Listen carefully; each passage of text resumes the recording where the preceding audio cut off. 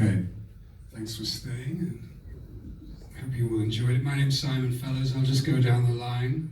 This is Marcus Adams is the director of the movie. Madalena, who played Naomi. And who played Naomi's boyfriend Jackson. And then we have Mark Silk, the director of photography, and David Fowler, everyone with CGI, and Sean, who you met earlier. So I'm going to start with Marcus. My first question is, how did you first come across this project, and what was it about it that made you want to direct it?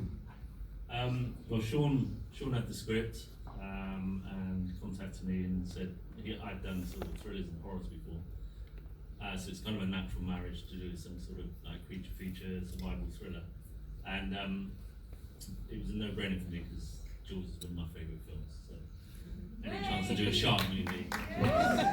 What is it about the shark movie genre that you think makes it so continuously appealing?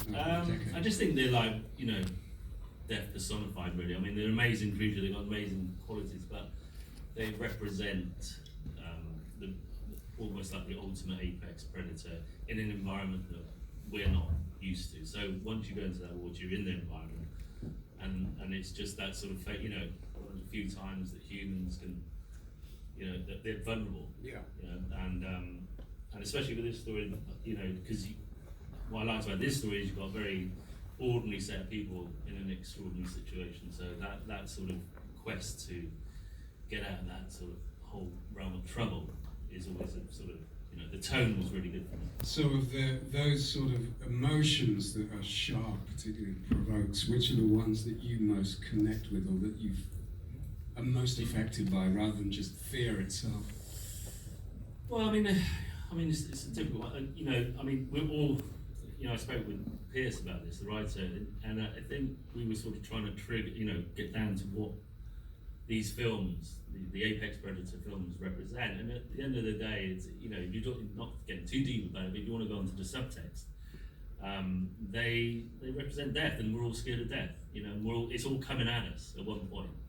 And then when you see that great white coming at you with its teeth open, your meeting, your moment, you know, whether you can get out of it. So I think that that whole that's what triggers that primal connection with these films. I think it's because we're all going to die at one point. You know, there's the death machine coming at you. So, and lastly, for the moment, what was the most unexpected challenge that you faced when making this movie? There wasn't really any unexpected. I mean, you know, I'd never done water, so you know, hence why I was really bailed out with someone like Mark, because he spent his life in the water. And people, you know, I spoke to different people that had done water, and they were like, yeah, well, you know, take your normal schedule and slow it down by 6. You know, and to be honest, I was like petrified. I was like, oh my God, and I was looking at the schedule thinking, how are we ever going to do this, you know? So in answer, my most unexpected thing was that it wasn't as slow as everybody was trying to scare me about, because I had a good team, and you know, I was really in safe hands with someone like Mark, who's, like I said, he's done Bond and all those big films. So I think that one of the most sort of essential things I did was get to help me, basically. Great. Well, I'll move on to the Madalena, sorry. This movie clearly looked extremely physically demanding. So what kind of preparation did you have to undertake, and of all that hard work, what was, if any, what was the most fun aspect of all the preparation you had to do before taking on this role? Well, I'm a diver, so I can dive, if I can take the quote the movie. So I love to be underwater. I just never tried to be underwater in such cold water. And the back and forth and just getting out of the water was definitely very hard to get used to that. Yes, very physical. I did prepare for 2 years for this. I was certified before. I had a PADI certification, but I was blessed to prepare with an amazing woman, actually, a very strong woman. She's a huge example for me. She's the president of GUE, which is basically, she's over PADI. And she was my instructor in an 80 meters deep pool.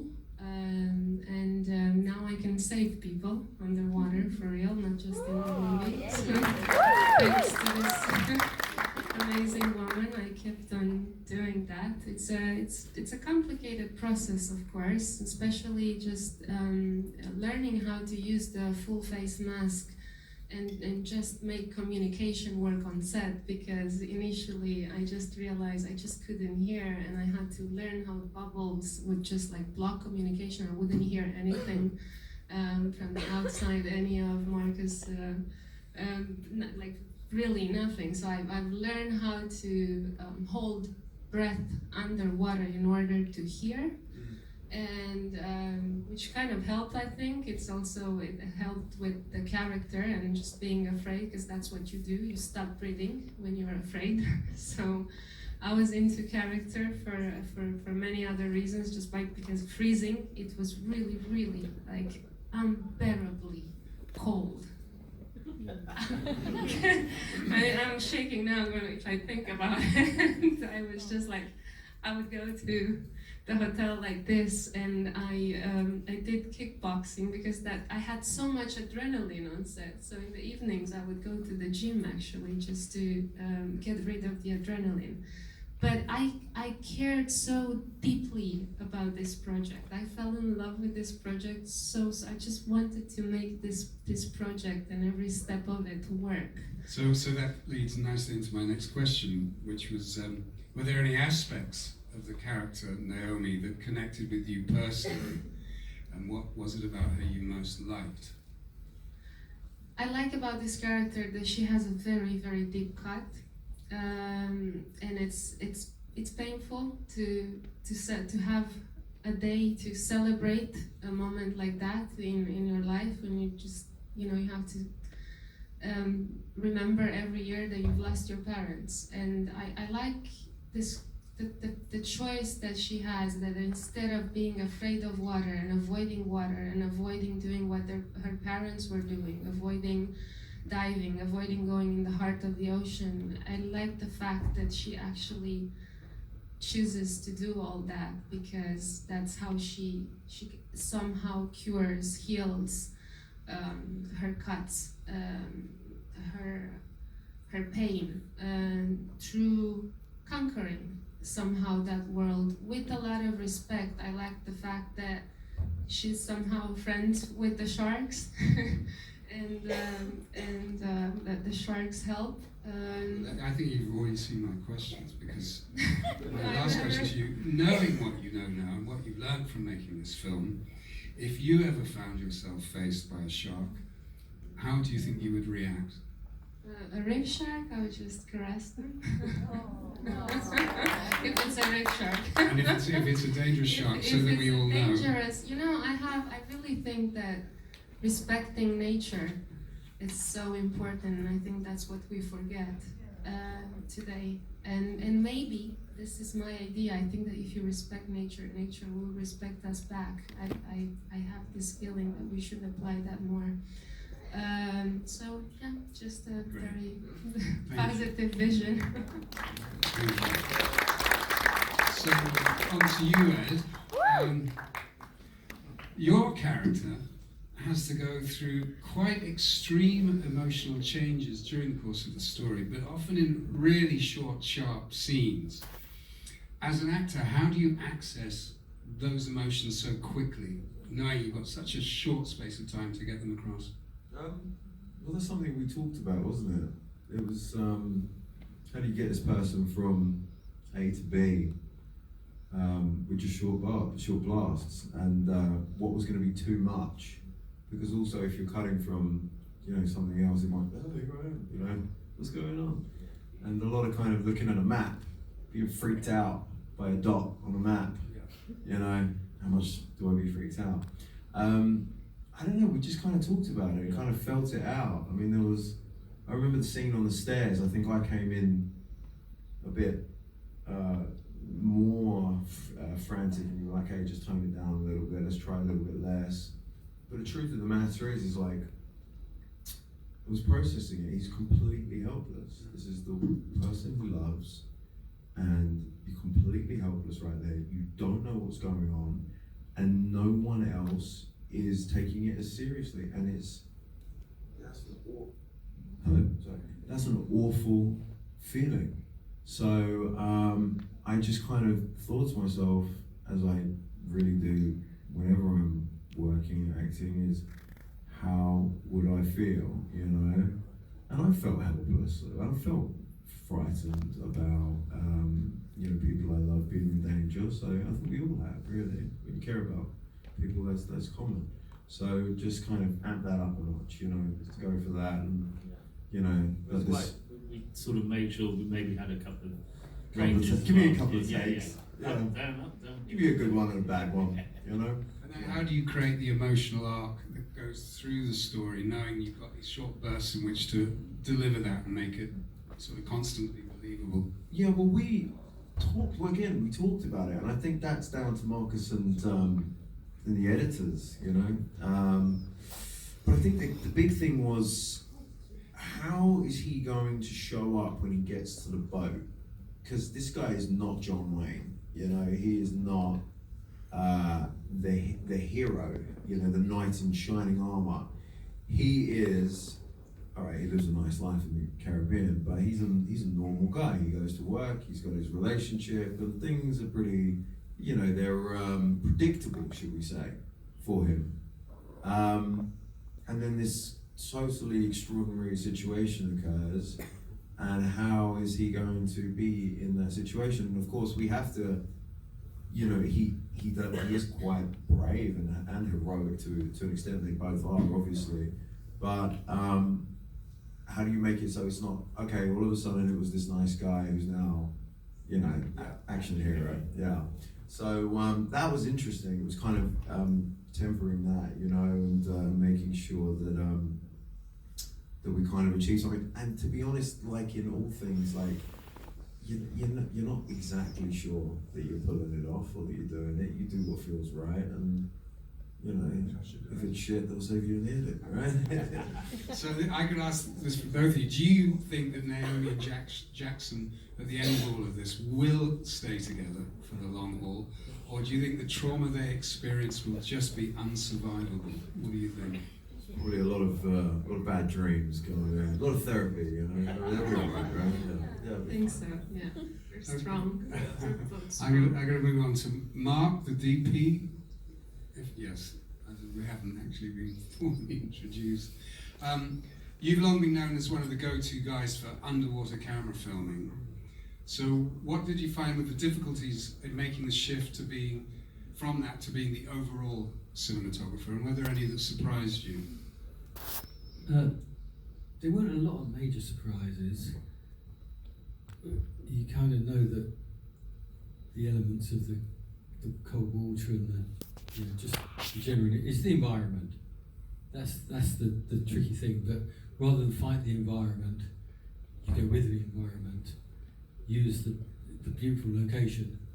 Use the underwater. The water was quite murky, but that made it work. Right. If you dived in there and it been beautiful and clear, and you could see for miles, then it wouldn't have had the impact. You need to make it a little bit more. In terms of it being mysterious and ominous. Yeah, etc. you need to make it claustrophobic. Yeah. When it needs to be claustrophobic, then it brings your environment down.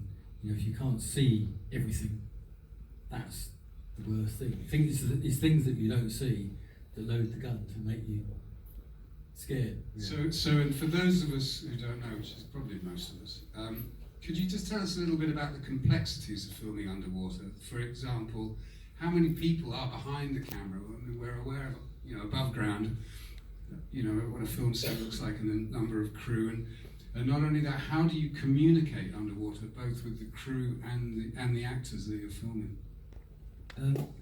Well, strange enough, the way you film on the surface is largely the same underwater.